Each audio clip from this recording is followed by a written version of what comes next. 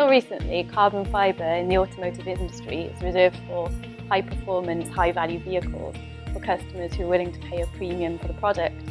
So Jaguar Land Rover are looking at using composites to lightweight their vehicles for the purpose of reducing carbon emissions by lowering the overall weight of the vehicle.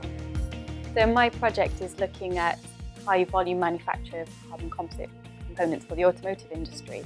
So whereas components are made in a matter of hours, we're looking at producing parts in minutes. So the process I'm looking at is resin transfer moulding. Usually the resin that is used takes a few hours to cure and become solid with the application of heat and pressure. And in my process, we're looking at new formulations of resins which cure in minutes as opposed to hours, which then allows us to make parts at high volume with a low cycle time to meet the volume and cost requirements for the automotive industry.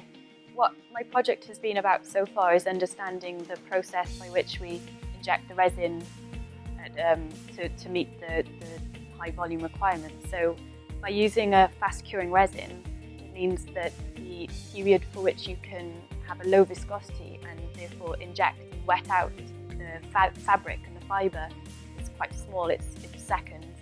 So you need to inject the resin at a very high velocity so that it enters the part within that window. So far, through the 2 years I've been doing the EngD, I've been getting to grips and understanding the process, and it's quite sensitive to certain parameters, and it's sensitive sometimes to the fabric itself. And so it's been a case of gathering the knowledge and understanding the influences.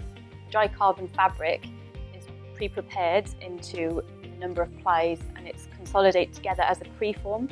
And you take this preform and put it into your resin transfer moulding tool before the resin is injected. The preforms themselves can be made in a press. The way the pressure is applied during the process, the material and the geometry will influence how the mould fills with resin and determine the end quality of the part. The direction I'm going with my project is to take all the knowledge from practical manufacturing and use simulation to model the high pressure RTM flow. The purpose of running the simulation is to have an early indication of the filling and use these predictions to design the complex and expensive tooling necessary in this process.